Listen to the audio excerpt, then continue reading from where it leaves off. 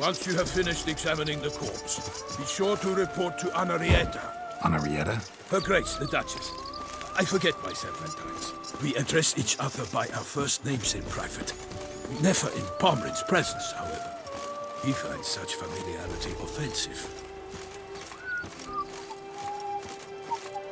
A watering hole for traders, smugglers, boatmen. But you will find no better crayfish chowder in all Toussaint. They say her grace is cold inside. Give me a drink! Killer of the North. What? With no lads brave enough? Of course we have, but bravery's not enough against the beast. Use dark powers. That calls for a witcher.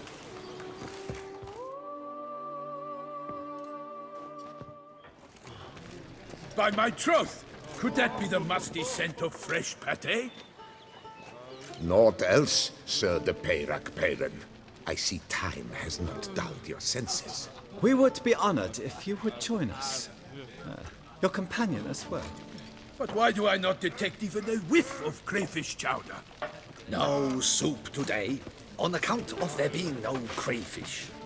I reckon you've not heard, but all I caught was a corpse. I awoke at the crack of dawn, as I do each day, but when I looked up, I beheld a blood-red sky. This corpse is precisely why we're here. For the man whom you've invited to join you at the table was summoned from a far-off land by her gracious magnificence. He is tasked with tracking and killing the beast. We invited two men to join us, yet since Sir de Peyrac-Peyran in temperament is more akin to hare than hound, I surmise the other is the hunter. With whom do we have the pleasure? Name's Geralt. A humble introduction. You've clearly not tarried long with Sir de Peyrac-Peyran. Spare us the petty insults. Geralt is a master of the witchering trade. He has questions concerning the beast's last victim. I was the one to find the corpse. The sun had just risen when I awoke, sat straight up in my bed, looked out the window, and beheld a sky red as blood. Ask Geralt, please, or we shall be here till winter. Need to examine the body. Know where they took it? They ferried it across, then loaded it on a cart and hauled it to a cellar at Corvo Bianco to keep it cool, see? What? Why, Corvo Bianco is Baron Russell's estate. When he learns they've turned his cellar into a morgue, he'll set his hounds on them. While you were gallivanting about the north, his vineyard was auctioned off. Who was that? Woman who just left. Didn't see her before. Didn't notice her walk in either. Doubtless Linnis, the innkeep's daughter. But hold, Geralt, because this is an outrage. Russell's vineyard was auctioned off? Inconceivable. It is no secret the Baron had gambling debts up to his ears. It finally came time to collect. His creditors auctioned off his property. The Ducal Chancellery bought it, in fact. Russell now bunks with his brother in Vicofaro. I told Russell he'd get his comeuppance. How long can one throw on past heroics? His creditors must finally have defined that his promises meant nothing. Such are the times. Today's knights are pale shadows of the heroes of yore. It's true what they say. God sent the beast to punish us for straying from the old paths. Thanks for the hospitality. Time I examined the corpse. Corvo Bianco lies a short way from here, near the tourney grounds. Just follow the road and you'll arrive. Not coming with? Oh yeah, duty of some sort calls. Some sort? Her Grace bestowed a great honor on me, even before we departed for Venice. I'm to play the hare during this year's game in the palace gardens. When you see me in my costume, you will wet yourself laughing. A little tempted to ask a few questions, but it sounds like a long, complicated story. One involving lengthy digressions into local history and tradition. So, see you later, Milton, and good luck.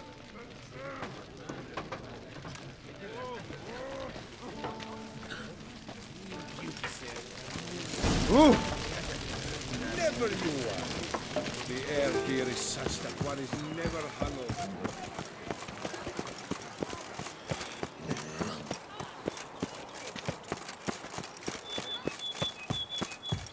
Stocks and the whip await those running riot. Our duchy values peace and quiet.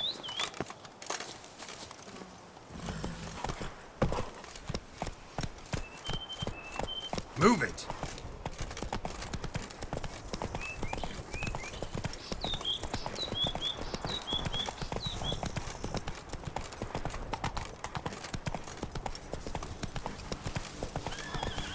Sounds of a fight.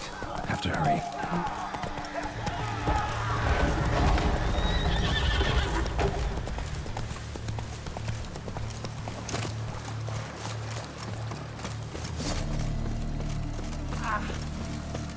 Damn it. Killer must still be here.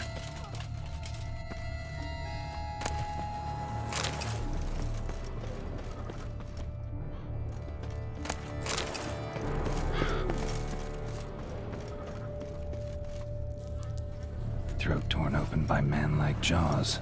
Man-like, except for long fangs. Busted ribs, blood from the ears. Took a solid hit. Massacred by a vampire. Not an Ekimura, though, or a Fletter. Bruxa, gotta be. Killed with a single blow. In the cellar, gotta be.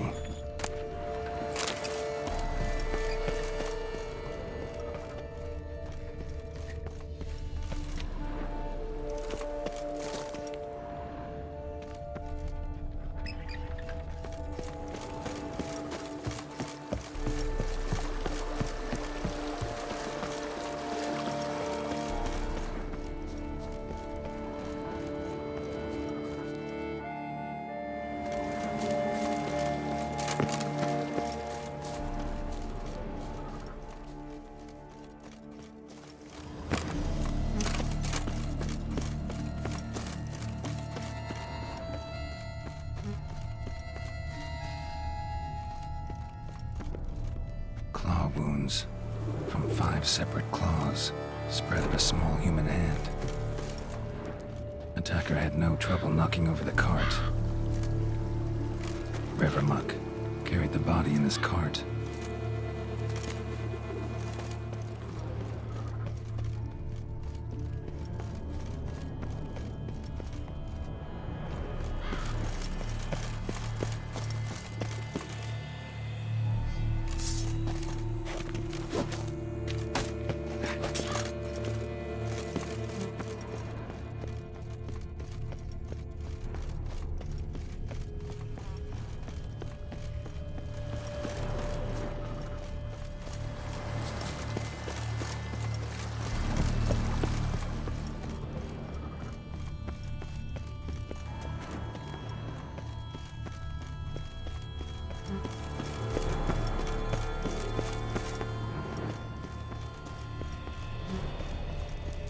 Woman from the inn was wearing this coat.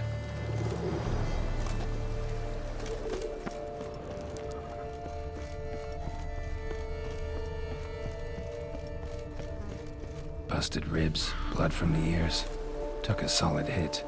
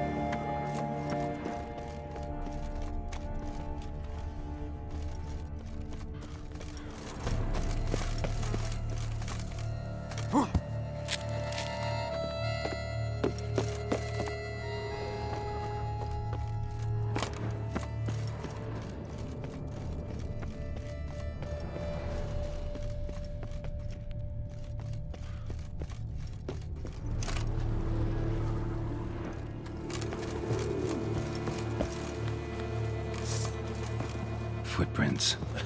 Small, bare feet lead deeper into the cellar. Fell down the stairs, broke his neck.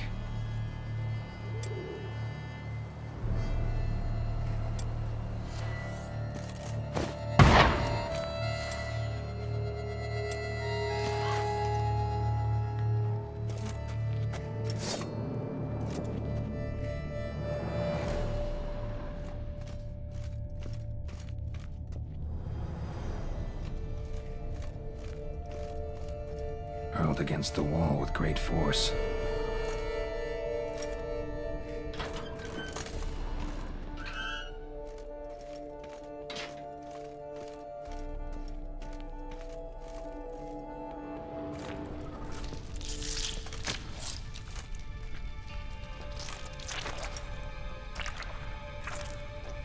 You.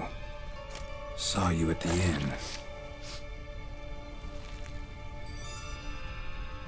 I know what you are.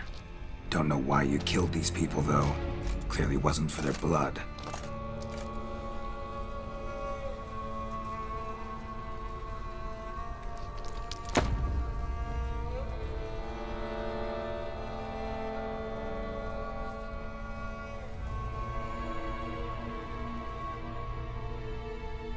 We don't have to fight.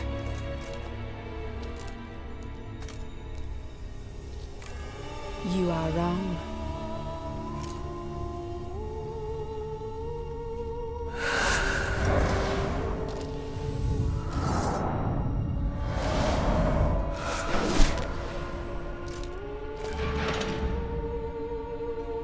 I cannot let you leave.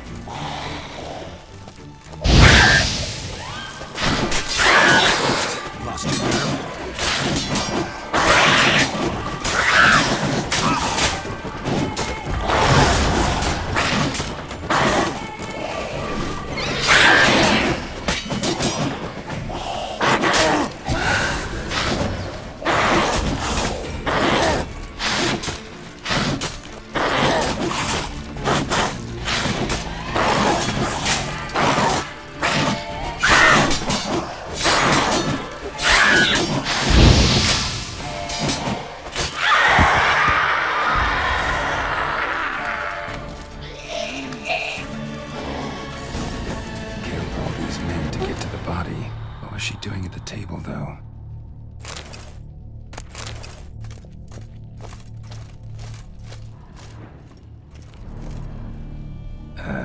Stinks. Waterlogged. Both hands amputated. Body was quartered just as I thought. Laid in water for some time. Head swollen, and something took a few bites out of it. Something in the throat. A pouch, bulging with coins.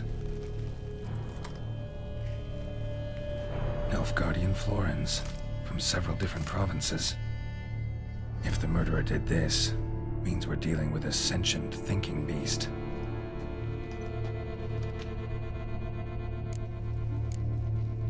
Body was chopped up after death. Blows struck with great force, but bones sliced through, not crushed. Creature that killed him had long claws, sharp as a witcher's blade. First sank its claws into the victim's heart. No Bruxa did this. Third hand. A spare?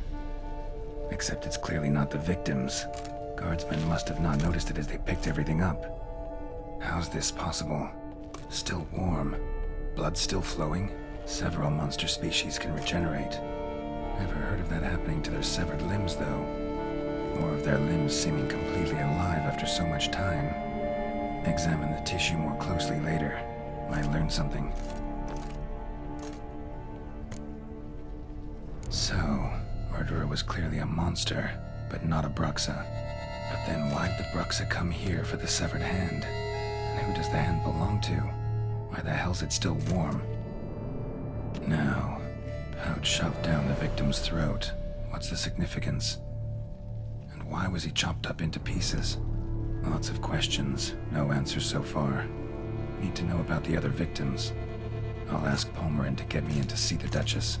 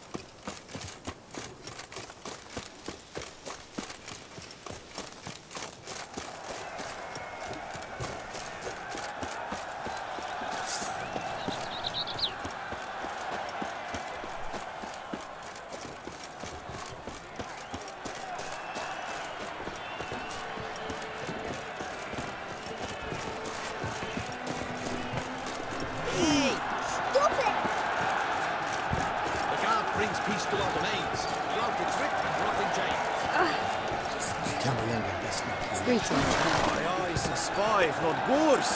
Where have your journeys taken you now? You've been to Zergain.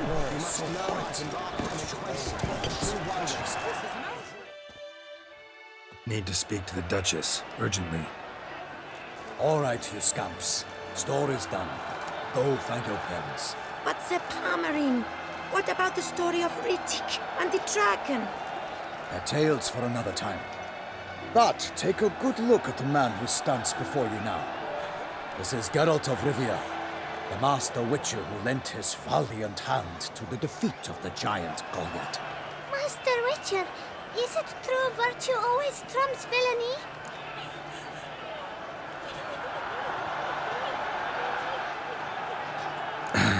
Yeah, virtue always wins. But the Black Knight, he's a villain and he wins. The cutter of Casteldaccia, too. Moral victory, that's what counts. Rubbish. Now, that will do for questions. Go find your parents.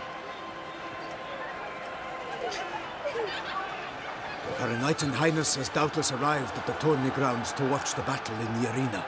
If we hurry, we'll be in time to speak with her before the spectacle begins. Lead the way.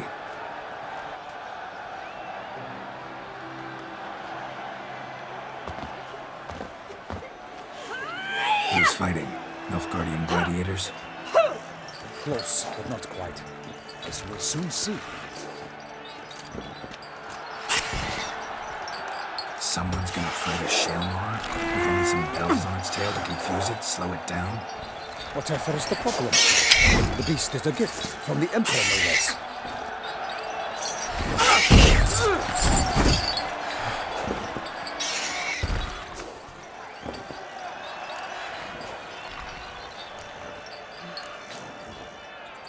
This is dangerous. Bells on its tail aren't enough. I saw a spectacle of the sort of the arena in Nunez. There, a knight defeated a Shalmar with bells on its tail. Might have gotten lucky. Shalmar might have been lame. Who knows? Only a Witcher has a real chance against a healthy Shalmar. And that's not even every Witcher. Besides which, releasing a monster that dangerous in front of a crowd, plain irresponsible. Let's go.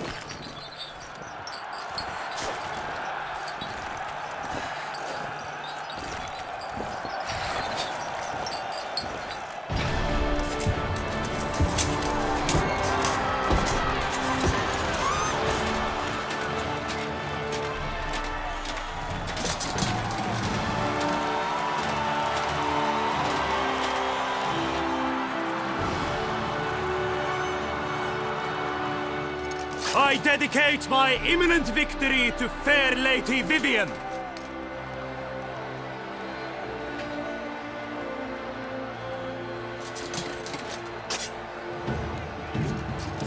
It's begun. The fight shall have to end first. We must wait.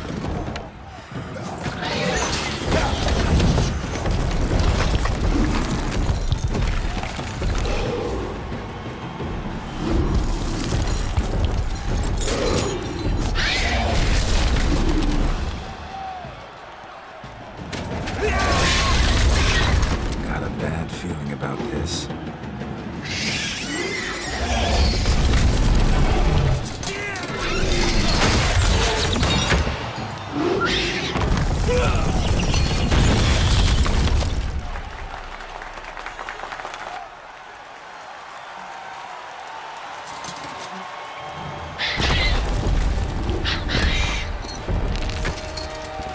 Damn it.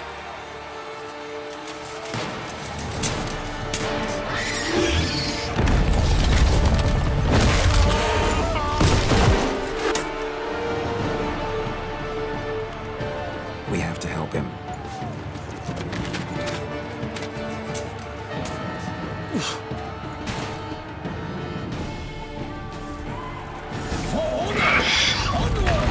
Gotta keep it down.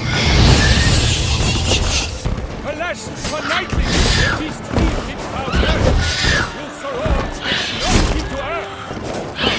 Witcher, in one mighty power, to give fight to the beast.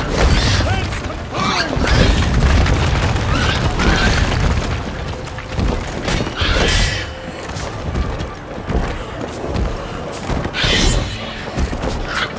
The fate of the beast has been won by the gods. Soon the Witcher can triumph against all odds. Come on, come closer.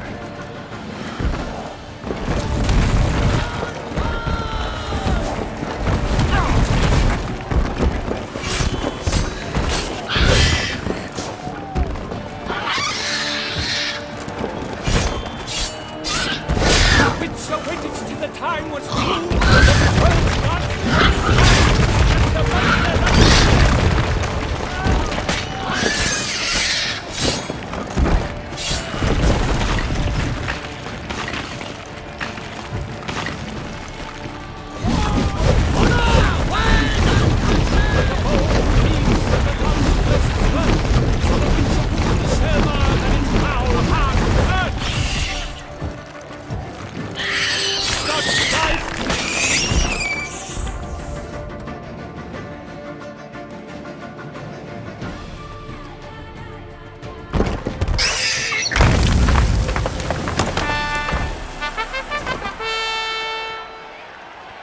The Selma lies defeated by Geralt of Rivia, master of the witchering trade.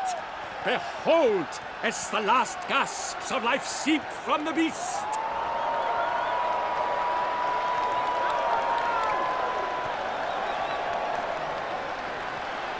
Master Geralt, do what you must. Finish the deed!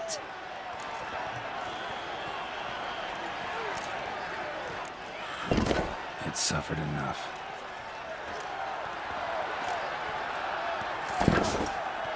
The monster lies slain! The fight is done! Praised be the victors!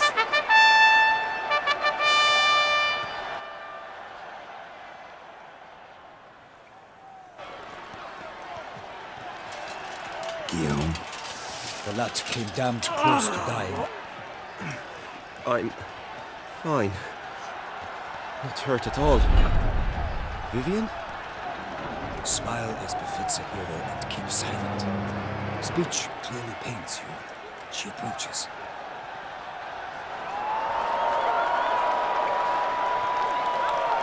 Geralt. We must talk. Vivian. You shall talk later, in the medic's tent. Geralt, magnificent, breathtaking. Your Grace. We knew that to summon you was a brilliant idea. We are delighted, ravished to have struck upon it. And I'm truly honored. See to our young hero. Hop, hop, for we must make off with Geralt. We should talk. We had been long awaiting your arrival, had nearly lost hope. Then suddenly, that entrance, so spectacular. Your Grace. Shaelmars are dangerous creatures, even to knights in full plate armor. Nonsense. In Toussaint, knights have battled beasts for mere glory since time immemorial. True. Guillaume suffered a few bumps, scars, and bruises, but in return gained eternal glory as he who slew the monster. What about the crowd? Say the Shaelmar had vaulted into the stands. Would have been a massacre. Geralt, though we value your fortuitous intervention in the arena, we would remind you your services have been retained, and as shall soon become clear, you will be generously compensated for completing another task altogether. Your Grace, my contract. I'd like to discuss it. Naturally, but not here. We shall need Damien. He led the investigation pending your arrival. But wherever could he be? Come, we must find him.